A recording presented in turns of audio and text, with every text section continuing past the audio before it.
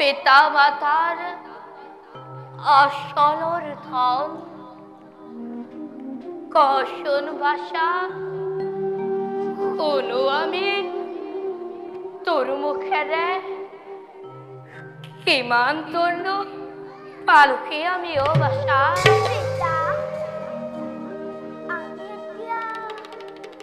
আমি এতিয়া অযোধ্যাৰ দক্ষিণ প্ৰান্তৰ হেমামূৰীয়া অৰণ্যৰ মাজত বাসাহী আই তই আমাৰ জীৱনৰ একমাত্ৰ সম্পদ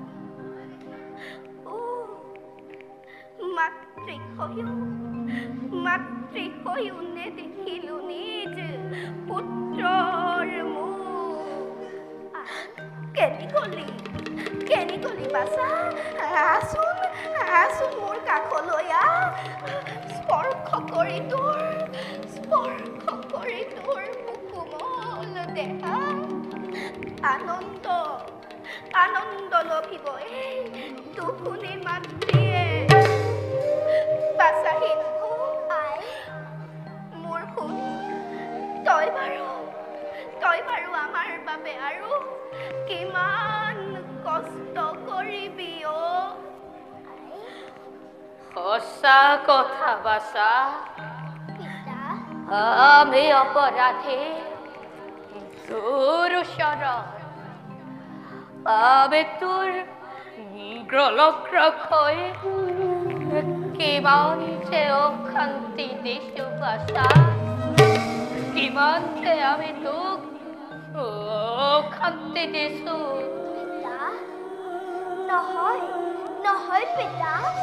নহয় আই বাছা তোমালোকে তেনেকৈ নকবা মাতৃৰ চৰণ সেৱা কৰাই জানো পুত্ৰৰ একমাত্ৰ কৰ্তব্য নহয় আপোনালোকৰ সেৱা কৰাটো মোৰ বাবে যে কিমান আনন্দৰ কথা সেয়া মই আপোনালোকক বুজাম কেনেকৈ সেৱা কৰাৰো এটা বয়স আছে তই ইমান কোমল বয়সতে আমাৰ বাবে যে কিমান কি কষ্ট কৰিছ সেয়া আমি কেনেকৈ সহ্য কৰোঁ মইনো কি কষ্ট কৰিছো আই বাছা যে পিতাৰ বাবে এই বিনন্দ সৃষ্টি দেখিলো যে মাতৃয়ে 10 মাহ 10 দিন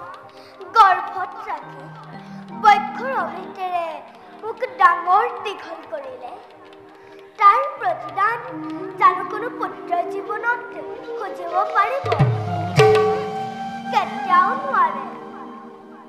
তই বৰ ডাঙৰ কথা ক'বলৈ শিকিলি বাচা পিতা এৰা জীৱনে শিকাইছে তোক যি সময়ত তোৰ সমধিয়াই আহি ধেমালি ৰং ৰহস্যৰে জীৱন উপভোগ কৰিছে স্বামী এই সময়ত তই আমাক জীয়াই ৰাখিবলৈ পিতা জীৱন সংগ্ৰাম কৰিছ আপিয়ে পদতিয়ে ফল মূল বিচাৰিছ দুৱাৰে দুৱাৰে তই ভিক্ষা মাগিছ কেতিয়াবা ৰতন কেতিয়াবা অনিদ্ৰাত তোৰ দিন পাৰ হৈ গৈছে চাৰে জহে ৰতে বৰষুণে তিতি পৰি ইমান কষ্ট কৰি তই আমাক কিয় বাচা ইমান কষ্ট কৰি তই আমাক কিয় জীয়াই ৰাখিছ নহয় নহয় পিতা নহয় আই বাচা অন্ধ হলেও আপোনালোকৰ পঞ্চায়তত থাকি মই সাহস পাম আপোনালোকৰ অবিহনে মই দিনেই নিথৰ হৰিম আই আৰু পিতা বাচা বাচা বাচা বাচা বাচা বুলি শুনো যেতিয়া এষাৰি মাত এয়া মোৰ হাত পৰি যায় পিছে পিতা আৰু আই বাচা ব'লা এবে যাওঁ আমি নিজ লক্ষ্যস্থানে বল বাচা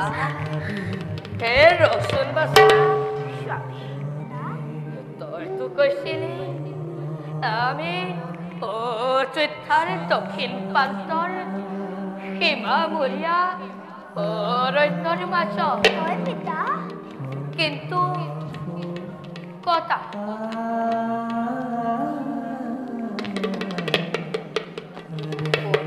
নাই দেখোন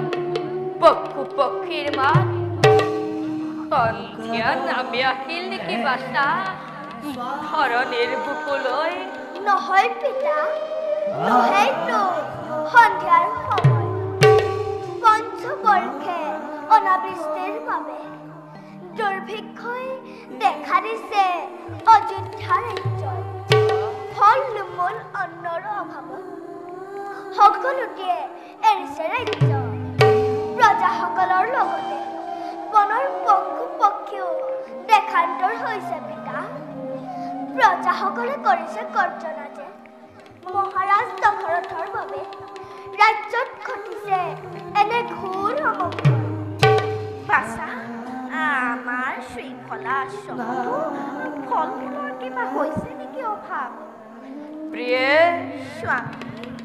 আমাৰ শৃংখলা আশ্ৰমত হোৱা নাই কাহানিও ফল মূলৰ অভাৱ কিন্তু প্ৰিয়ে কিন্তু স্বামী মদত মোৰ লাগিছে বেজাৰ মহাৰাজ দশৰথৰ কুকৰ্মৰ বাবে শান্তি প্ৰিয় প্ৰজাগণে আজি ভুগিছে নিকাল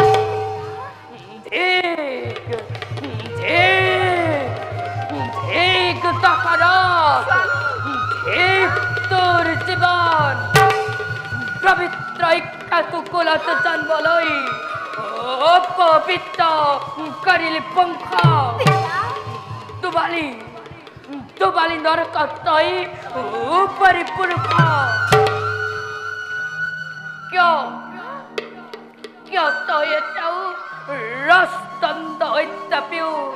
কৰি আছ ধাৰণ পিতা পিতা ক্ষান্ত হওক পিতা উত্তেজিত নহ'ব পিতা বলো এবে যাও আমি আমার আশ্রমে बोला प्रिय বলো बोला बादशाह বলো এতিয়া আমি আশ্ৰমলৈ যাওঁ